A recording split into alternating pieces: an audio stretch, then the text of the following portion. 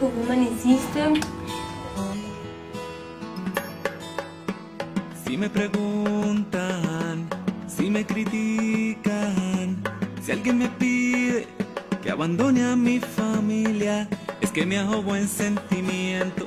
No me imagino a mi Jesús obrar así.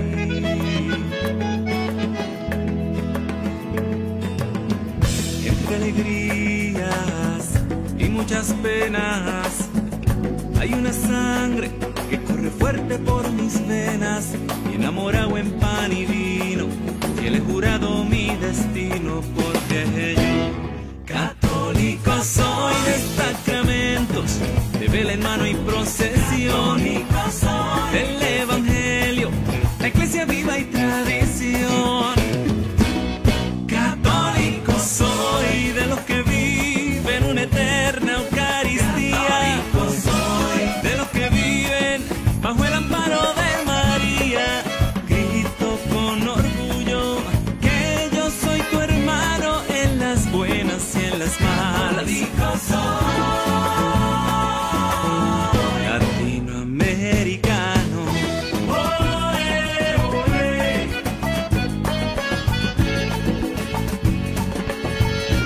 Latinoamericano.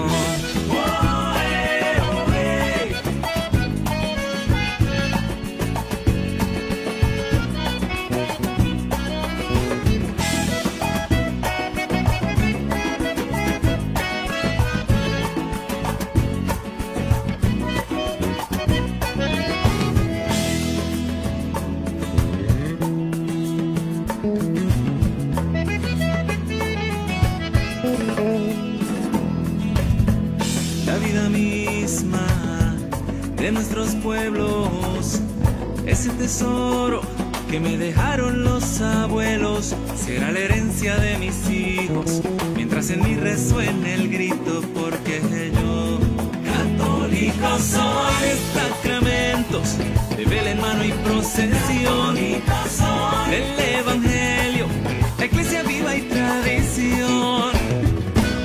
Católico soy de los que viven una eterna Eucaristía, de los que viven bajo el amparo de María. Grito con orgullo que yo soy tu hermano en las buenas y en las malas. Católico soy de Santa Rosa, de Teresa y de Juan Pablo, los de Don Bosco, los de Juan Diego y el Rosario. Grito con orgullo que yo soy tu hermano en las buenas y en las malas. Latinoamericano.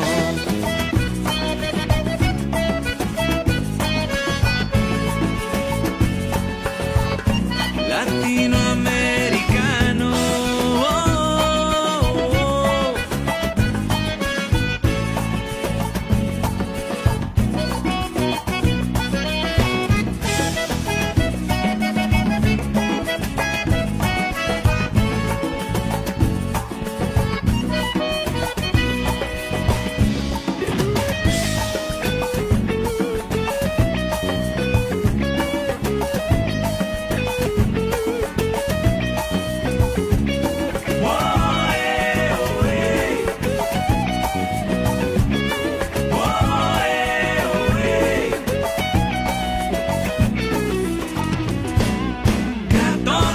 Soy de los que viven una eterna Eucaristía, de los que viven bajo el amparo de María. Grito con orgullo que yo soy tu hermano en las buenas y en las malas. Católico soy de Santa Rosa, de Teresa y de Juan Pablo,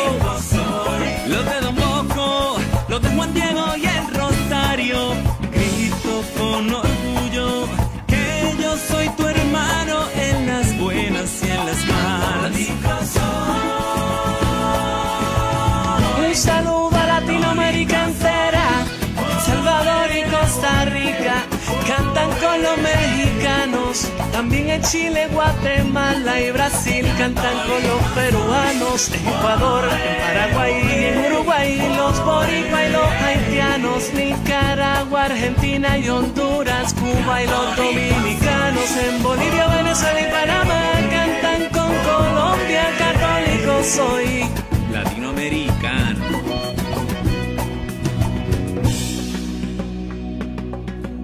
La vida misma de nuestros pueblos, ese tesoro que nos dejaron los abuelos.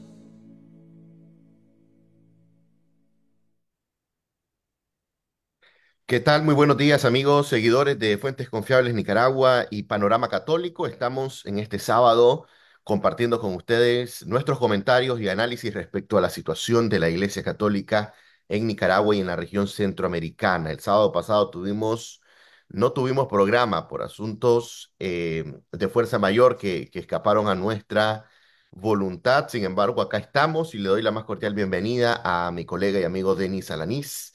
¿Cómo vamos, Denis? ¿Qué tal la semana? Muy buenos días, Marco. Buenos días a todos nuestros amigos que siempre están pendientes de esta programación sabatina, pues, y siempre en pie de lucha, Marco.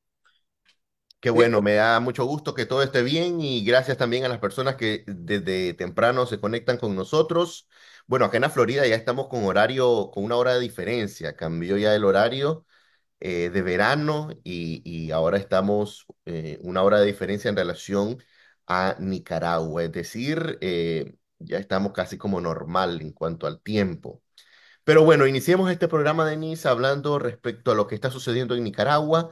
Hay una denuncia muy grave que ha hecho la doctora Marta Patricia Molina y que han hecho algunos sacerdotes bajo anonimato, y es que el régimen de Daniel Ortega está limitando, está impidiendo la unción de los enfermos y la visita de sacerdotes a los hospitales para atender a las personas que necesitan no solo la salud física, sino la salud espiritual.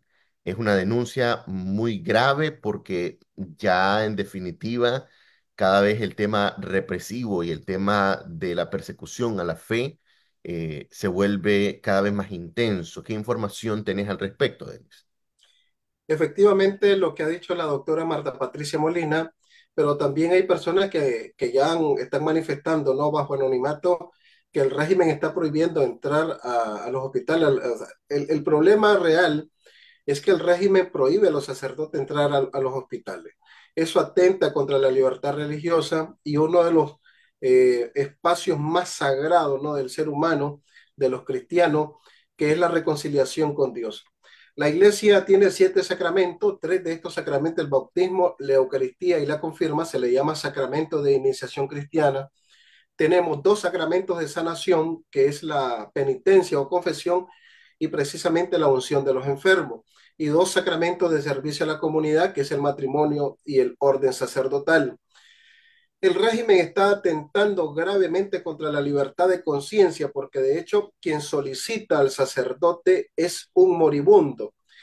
Tengo el catecismo de la Iglesia Católica y el catecismo va a decir precisamente que tanto el sacramento de la unción, por eso se llama extrema unción, no es la persona que está grave, que va a su encuentro definitivo con el Padre, que quiere ir al cielo, necesita confesar los pecados, y para un cristiano, para un creyente, para un católico, estar debidamente confesado y recibir el sacramento de la unción de los enfermos es primordial, es esencial, es de salvación o condenación. Como decimos humanamente, de vida o muerte, para nosotros es o salvación o condenación.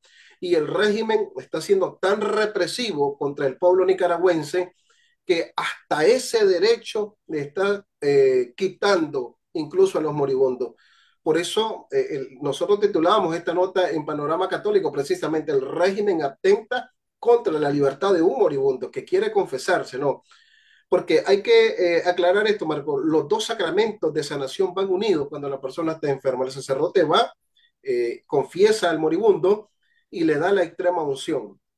Los 2 sacramentos de sanación en ese momento los recibe la persona que lo está solicitando. El régimen está prohibiendo entonces que los cristianos católicos puedan recibir, y eso Eso representa algo gravísimo, es un gravísimo precedente de una persecución nefasta que ya no tiene límites, ¿no? Para atentar contra la libertad religiosa, contra la libertad de pensamiento.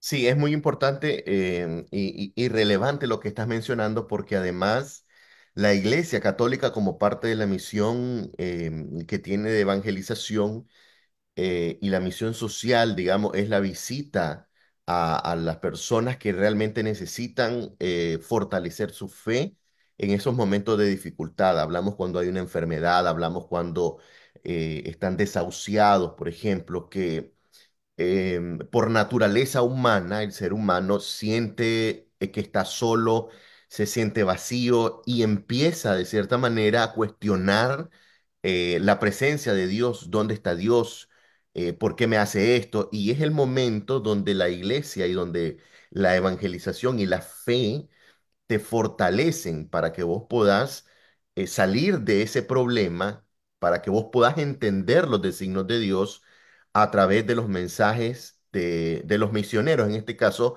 pueden ser sacerdotes, pueden ser religiosas, pueden ser seminaristas que visitan a los enfermos, hablan con ellos, los aconsejan. Y en el caso de los sacerdotes, pues hasta los confiesan, los preparan para este proceso que humanamente es bastante difícil, pero que solo se entiende a la luz de la fe, y en este caso a la luz de la fe católica. Otra cosa también, Denise, la Iglesia Católica no es nuevo que está dentro de hospitales, dentro de centros médicos, ¿no? Donde hay bastante necesidad espiritual. De hecho, hay congregaciones, no lo sé ahora en Nicaragua, que tantas congregaciones están en hospitales atendiendo a los enfermos, realizando gestiones para donaciones, para apoyar a las personas de escasos recursos. Y esto también va dentro de esta misión que se hace en esos lugares tan importantes para la evangelización y el fortalecimiento de la salud espiritual de estas personas. Marco, es importante mencionar que en toda la historia de la humanidad es precisamente la Iglesia Católica quien fundó los hospitales. Es precisamente la Iglesia la que creó los albergues para personas enfermas. Y como bien lo dijiste, hay congregaciones religiosas, especialmente femeninas, que se dedican a tiempo completo a cuidar enfermos. Uno de los ejemplos más grandes son las Hermanas de la Caridad, las hijas de Santa Teresa de Calcuta, por poner un ejemplo. Hay muchas congregaciones religiosas que se dedican a cuidar a los enfermos 24/7, ¿no? Para eso se consagran. La iglesia, entonces, y obviamente, ¿no? La iglesia en el buen sentido del evangelio tiene una opción preferencial por los pobres, en su buen sentido, ¿no? Sin desfigurar el evangelio, porque después malentendemos esta parte. La iglesia tiene una opción preferencial por los pobres desde el evangelio. O sea, que el sacerdote vaya a confesar, vaya a visitar a un enfermo, no es un capricho de los sacerdotes, no es algo que se está haciendo nuevo. Eso es el corazón de la iglesia. Cuando allá en el siglo III estaban matando al Papa a San Sixto, y uno de sus diáconos lo dejaron libre. A este diácono lo torturaron para que entregara las riquezas de la iglesia, y él reunió a todos los enfermos, a los leprosos, a las personas que le faltaba un pie, un brazo, un ojo, los reunió a todos delante del emperador, y le dijo al emperador: esta es la riqueza de la iglesia. Y lo torturaron por burlarse, por supuestamente burlarse del emperador, porque la riqueza de la iglesia son los pobres, son los enfermos, Marcos, son las personas que no tienen quienes cuide. Precisamente en ese momento donde el mundo sigue caminando, ¿no? Que es el momento donde vamos a encontrarnos con Dios, el del moribundo, es precisamente la iglesia católica la que va a dar consuelo. Por eso el sacramento de la penitencia y de la unción de los enfermos se llaman sacramentos de sanación espiritual. Es importante, como parte de la catequesis, ¿no? En esta denuncia que se está haciendo al mundo, es importante mencionar algo. El sacramento de la unción de los enfermos, contradictoriamente, no dice que se sane la persona, sino que se prepare debidamente para el encuentro del Padre. Es contundente esto cuando uno lee la Constitución Apostólica de 1972 de la Iglesia y ahora el Catecismo de la Iglesia Católica, que va a hablar precisamente del sacramento de sanación. Dice que por medio de esta unción, tu alma, tu espíritu se prepare para el encuentro con el Padre. O sea, cuando uno está enfermo y llega el sacerdote no pide que el cuerpo se sane, pide que se sane el alma. La penitencia y la unción de los enfermos son sacramentos que nos preparan para encontrarnos con Dios en nuestro viaje definitivo. Ese momento tan sagrado para un cristiano, ese momento tan especial para un ser humano, eso que cualquiera cristiano, ¿no?, lo ve como sagrado, como único, el régimen sandinista se ríe, se burla de ese dolor del pueblo nicaragüense. Se ríe porque se burla, lo pisotea, porque un enfermo, de pronto, Marco, tienes a tu abuelita, a un familiar en el hospital, llamas a un sacerdote porque lo está pidiendo, ¿no? Y la policía te dice que no puede entrar ese sacerdote. El dolor de ese enfermo, de esa familia, es insuperable, ¿no? Es, solo Dios lo podría entender, solo Dios lo podría consolar. El régimen sandinista yo creo que está cruzando todos los límites de persecución. Y eso es grave, eso debería de ser un grito de SOS al mundo. A mí me preocupa muchas veces que incluso las iglesias de otros países como que no volteamos a ver aquel pequeño país chiquitico que se llama Nicaragua, como que hay un silencio ensordecedor, como se decía allá en la guerra de los cristeros, cuando los cristeros están luchando por la libertad religiosa y le dicen al Papa, en ese caso el Papa Pío XI, le dicen, hay un silencio ensordecedor. El silencio frente al dolor del hermano duele. La indiferencia frente al sufrimiento del pueblo nicaragüense duele.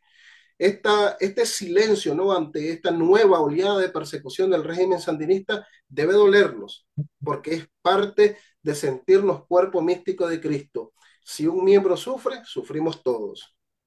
Yo creo que también ese silencio empieza, digamos, desde adentro, o sea, el silencio que tiene la Conferencia Episcopal de Nicaragua, el silencio de algunos obispos como líderes, digamos, de las diócesis, es un silencio que al final no se logra entender. Ya en otros momentos hemos tratado de analizar el silencio que habla, ¿no? Que dice mucho, pero también hay un silencio que no dice nada, o sea, que ni siquiera da una luz de la situación que está viviendo en Nicaragua. ¿Y por qué también hago esta crítica hacia la Conferencia Episcopal de Nicaragua? Porque recientemente vi un comunicado de la diócesis de Jinotega respecto a un sacerdote de nombre Asdrúbal Celedón, si no me equivoco el apellido. Eh, y la diócesis de Jinotega no se ha pronunciado en torno a los casos de sacerdotes exiliados que han sido detenidos, que han sido forzados al destierro. Sin embargo, en el caso del padre Asdrúbal, que este caso también es bien complicado, ellos salen a decir que no ha sido desterrado, que no ha sido perseguido, que no ha sido expulsado, que se encuentra activamente en su misión pastoral. Sin embargo, la realidad es otra, o sea, una cosa son las palabras y otra cosa son los hechos. Si el padre Adrúbal está dentro de Nicaragua, en la diócesis de Jinotega, ¿por qué no lo muestran? ¿Por qué no decir aquí está el padre? Transmitamos una misa con el padre aquí en la catedral de Jinotega. No lo hacen, sin embargo, son buenos a sacar comunicados para tratar de desviar la atención y desacreditar a los medios de comunicación que están informando respecto a las situaciones que están ocurriendo en Nicaragua.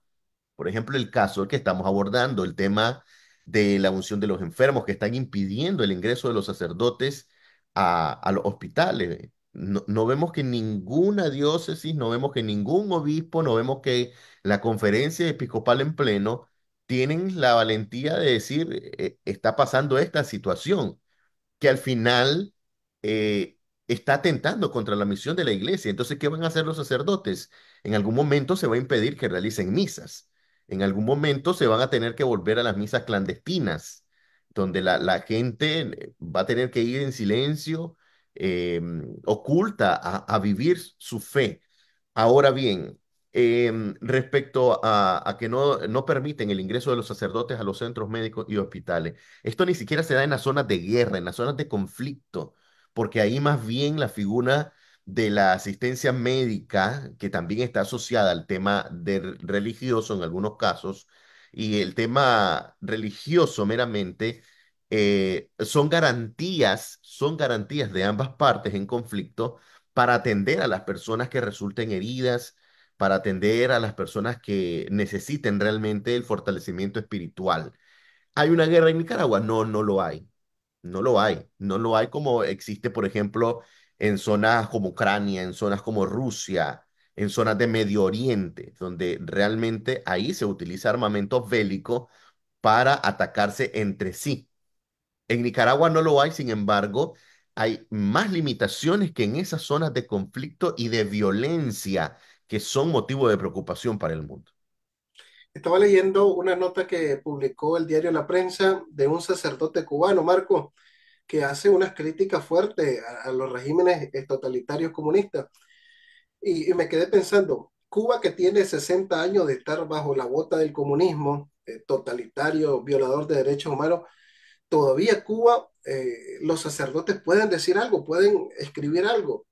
O sea, en Nicaragua hemos llegado a los extremos gravísimos, ¿no? De que un sacerdote ni siquiera puede orar por un obispo, en este caso por Monseñor Rolando, ni siquiera mencionarlo, está proscrito el nombre. Hacía la comparación, o sea, Ortega y el régimen sandinista ha superado incluso a sus maestros cubanos, los ha superado en barbarie, los ha superado en represión, los ha superado en maldad, los ha superado crímenes, en todo el sentido de la palabra, los ha superado. Este sacerdote cubano me llamó mucho la atención, ¿no? Que hace unas críticas y yo me quedé pensando, ¿no? Venezuela, Cuba, donde existe el totalitarismo, pero aún estos regímenes permiten que los sacerdotes, que los obispos digan algo, que se expresen, ¿no? Eso debería de decirnos mucho de la gravedad de la situación que hay en Nicaragua. Estaba viendo una nota también de Así Prensa, donde del 17 al 25 de este mes se va a estar encendiendo las luces de rojo en algunos templos famosos de la Iglesia Católica para visualizar la persecución religiosa. En Nicaragua tenemos que hacer eco de esta persecución, tenemos que hacer eco día a día. Marco, es súper lamentable y comparto totalmente tu comentario que estabas haciendo sobre ese silencio, ¿no? Doloroso, ese comunicado que decía que hay que esperar la comunicación de las autoridades correspondientes. ¿Cuál comunicado? ¿Cuál autoridad?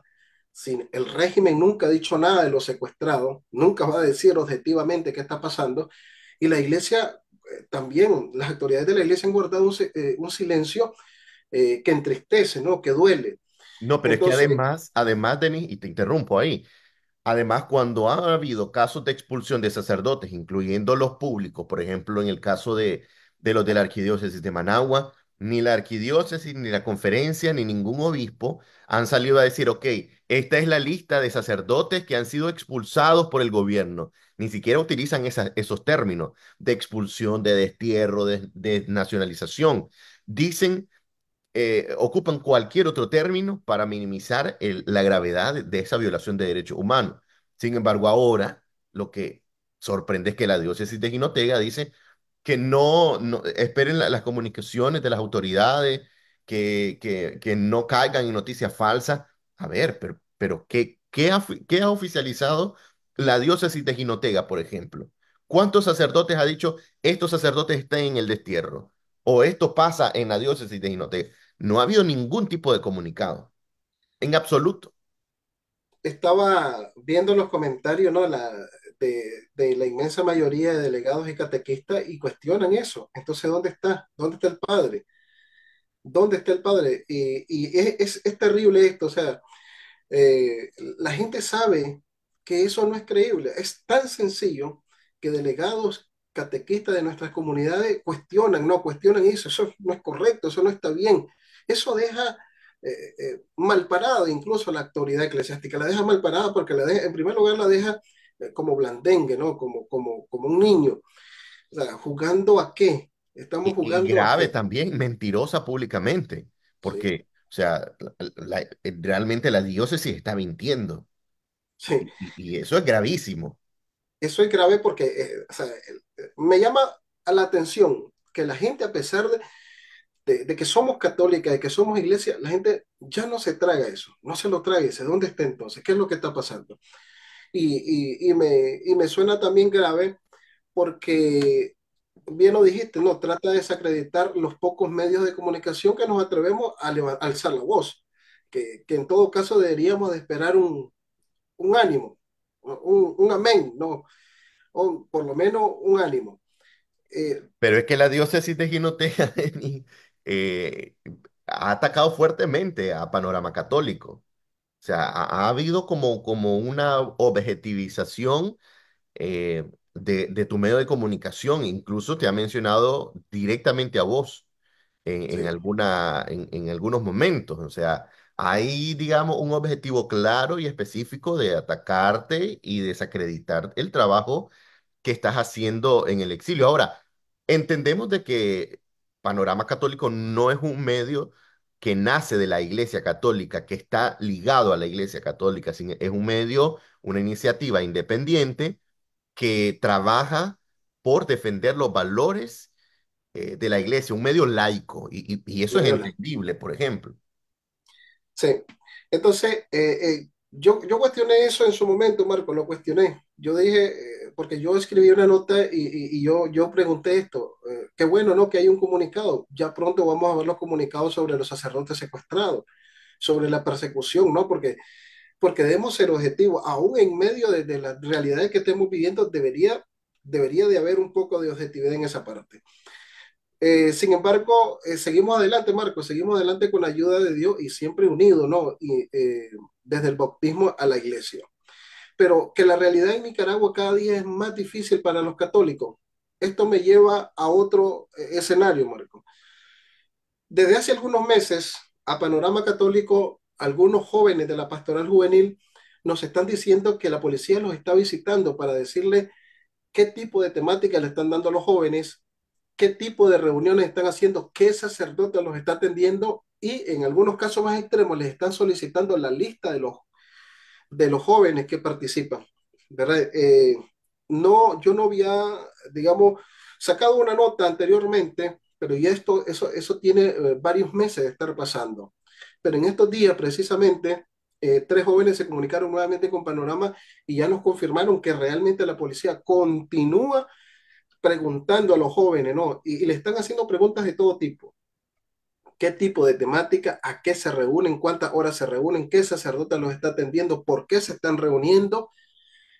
O sea, el régimen, obviamente que eso es un signo de debilidad del régimen sandinista, es un signo de que le tienen miedo al pueblo, a una pequeña reunión de unos chavalos de 15, 14 años que se reúnen a cantar, a hacer oración, le tienen miedo a eso. Pero las pastorales juveniles están siendo víctimas, ya. Y me lo decían algunos jóvenes, hermano, nosotros creo que ya no nos vamos a seguir reuniendo. O mi papá o mi mamá dice que ya no vaya a la reunión, porque obviamente tienen miedo. Claro, hay una intimidación. Hay una intimidación. Entonces, ¿qué va a suceder con las pastorales juveniles? ¿Qué alternativa vamos a tomar como iglesia para poder atender a los chavalos y a las chavalas que se están reuniendo en los grupos de jóvenes? Porque está sucediendo y me llama mucho la atención obviamente el natural temor, miedo de los chavalos que dicen, creo que ya no nos vamos a seguir reuniendo. Creo que, o casos específicos donde me dijeron, mi mamá y mi papá ya me dijeron que no voy a ir más por seguridad. No, eso debería de asustarnos, debería de preocuparnos. Son los temas que deberíamos de abordar. Esos son los temas que esperamos que salga un comunicado fuerte diciendo cuál es la posición para apoyar a nuestros jóvenes, para dar una alternativa frente al mal. El pastor que sale a guiar a sus ovejas, en este caso, que haya una voz. Y eso es una crítica desde adentro, me lo decía uno de los chavalos, hermano, lo peor es que no hayamos a quién decirle. O sea, nadie nos está protegiendo. No o sea, no existe una voz que nos proteja. ¿Qué vamos a hacer? Pues irnos a nuestra casa, porque la policía viene, nos intimida, nos pregunta, nos cuestiona, nos anda vigilando y no hay una voz que nos esté defendiendo, ni siquiera visualizando esto. Entonces, la única alternativa que han es agarrar el Messenger de Panorama Católico, que lo pueden hacer uso todos los que quieran escribir una denuncia, católicopanorama@gmail.com y escribirnos lo que está sucediendo bajo anonimato con otro correo, desde otro nombre, y nosotros vamos a entender el mensaje. Entonces, esta realidad que están pasando los chavalos es fruto de ese silencio también, es parte de ese silencio. Me lo dijeron, no sentimos que nadie nos esté apoyando, nos sentimos solos. Claro, y es lógico porque al final ellos, la pastoral juvenil, digamos, es parte de los grupos pastorales de las diferentes parroquias y a la vez de las diferentes diócesis. Hay pastorales juveniles parroquiales y hay pastorales juveniles nacionales, en este caso de la diócesis, incluso de la pastoral juvenil de todo el país.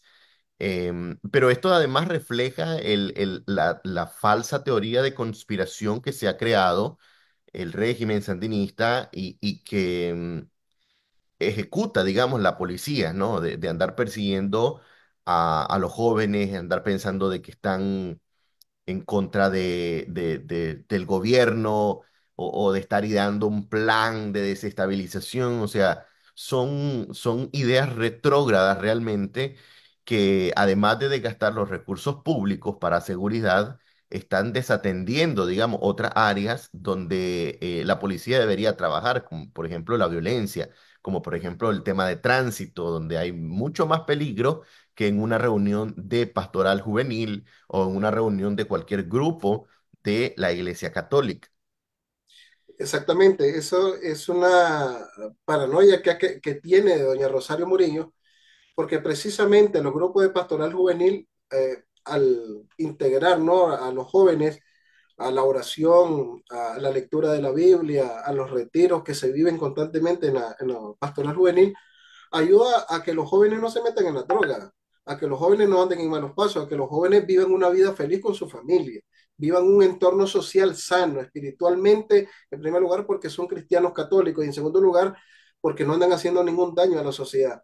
Un gobierno con un poquito de cerebro, y si doña Rosario y Ortega tuvieran un mínimo de capacidad, se dieran cuenta que la iglesia está haciendo el trabajo que le correspondería al Estado hacerlo, ¿no? Atender a los jóvenes, darles una alternativa para que no caigan en la droga, no caigan en los vicios, no se vayan de la escuela, para que tengan un crecimiento espiritual sano, un equilibrio emocional sano, que es lo que procura la Iglesia Católica. O sea, en vez de atacar estos grupos de pastoral juvenil, deberían de ayudarlo o por lo menos respetar su espacio, porque es precisamente ahí dentro de las pastorales juveniles donde salen los nuevos sacerdotes, nuevas religiosas, delegados de la palabra de Dios, monaguillos. Es un semillero de servidores de la iglesia, es un semillero de personas que hacen el bien. Ahí salen evangelizadores, salen misioneros. Entonces, este semillero, la juventud, que es el presente y el futuro no solamente de la iglesia, sino de Nicaragua como tal, de la sociedad, de la familia, es absolutamente contradictorio que el régimen, en vez de apoyarle o por lo menos respetar su espacio, los esté atacando, los esté intimidando, ¿no? Por ese temor que le tienen a la reunión de 3 o 4 personas. Allí ven un enemigo, ven una reunión de 3 o 4 personas, y ven los enemigos conspirando, ¿no? Sí, Y, definitivamente. igual la pastoral juvenil no es nada nuevo, Marco. La pastoral juvenil, eso lo ha tenido la iglesia desde hace décadas. O sea, no es algo que se está creando ahora. Y a pesar de toda la situación de persecución que vive la iglesia, a pesar de que los sacerdotes han sido secuestrados, los jóvenes siguen valientemente reuniéndose. Eso hay que reconocerlo de los jóvenes. Muchas de estas parroquias no tienen sacerdotes y los jóvenes valientemente se han animado mutuamente y continúan su plan de pastoral juvenil.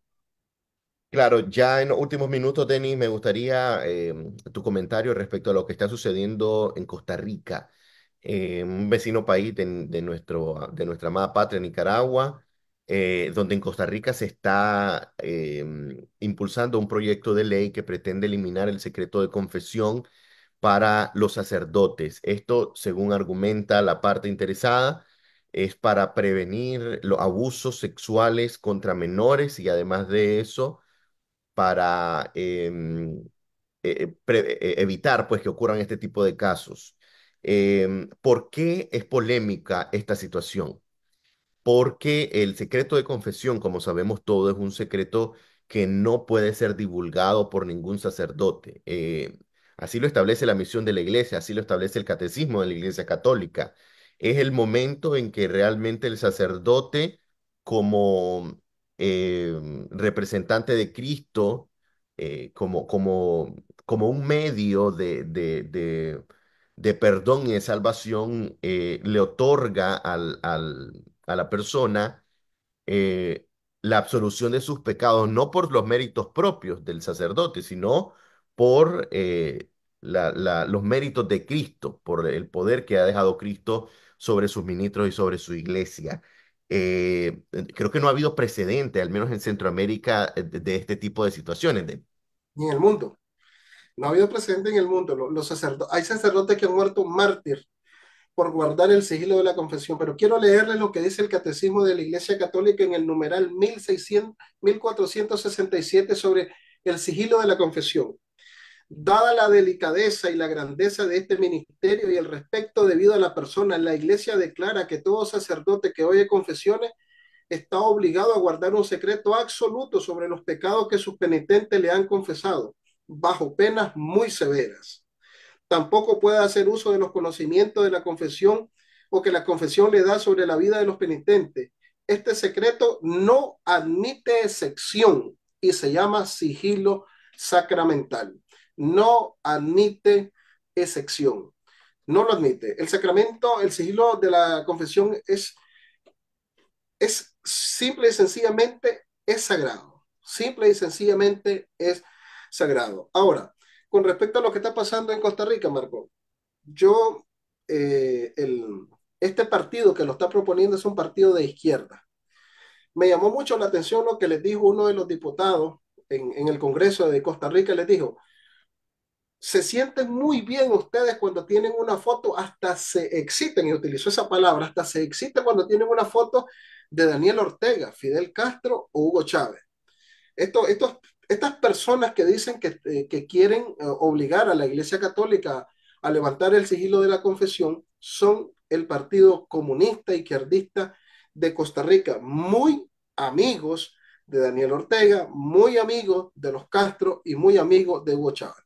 No podemos descartar bajo ninguna circunstancia que estos son los tentáculos de los regímenes totalitarios que quieren atacar a la iglesia en Costa Rica.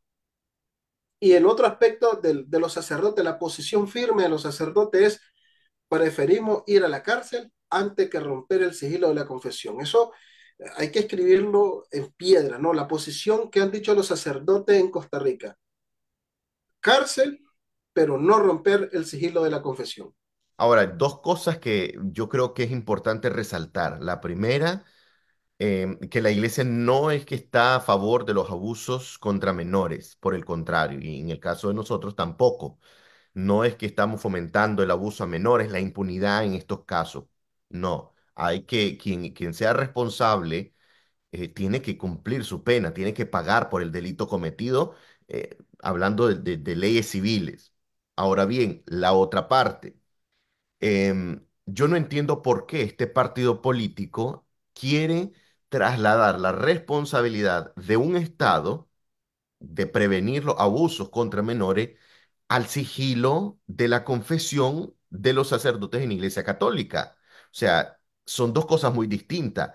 ¿Acaso el sigilo es el único mecanismo que tienen para poder determinar cuándo un niño o cuándo un menor es abusado? O sea, estamos hablando de que entonces la policía, las autoridades de seguridad son incapaces de investigar y de dar con el paradero de estas personas criminales que atentan contra la vida de los menores. Pero no es que porque se levantó el sigilo de los sacerdotes, entonces ellos nos van a venir a decir todo. O sea, obviamente esto es algo ilógico. Ahora, si por ejemplo, en un caso de que pase esta ley, que yo lo dudo mucho, ¿vos crees que un criminal va a ir a buscar a un sacerdote para decir, sabiendo de que ya se levantó el sigilo de confesión, va a ir donde un sacerdote a decirle lo que ha hecho, o sea, que ha matado, que ha abusado, que ha robado, no lo va a hacer, o sea, eso es algo lógico. Yo no entiendo realmente qué argumento tienen estas personas y por qué son tan limitados de mente, ¿no? Si hay todo un espectro amplio de lo de los alcances de esta iniciativa.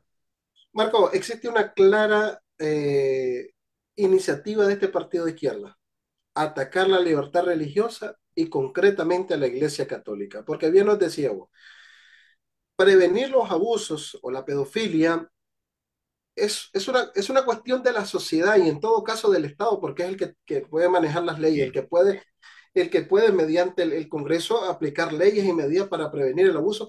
Y la Iglesia se ha puesto a disposición. La Conferencia Episcopal de Costa Rica se ha puesto a disposición de las leyes civiles para aportar a la prevención de los abusos, para investigar los casos que haya que investigar. O sea, la conferencia no está diciendo no, así es. la iglesia está abierta a cualquier investigación que se quiera hacer dentro de la institución llamada Iglesia Católica. Y bien lo decía Marco, estos comunistas quieren endosar, ¿no?, el problema de la pedofilia, del abuso de los menores, a la Iglesia Católica. El libro del padre Eliezer Salesman, un especialista en estos temas de Colombia, escribió un famoso libro donde dice que el 0,4% de los pedófilos son sacerdotes. 0,04%.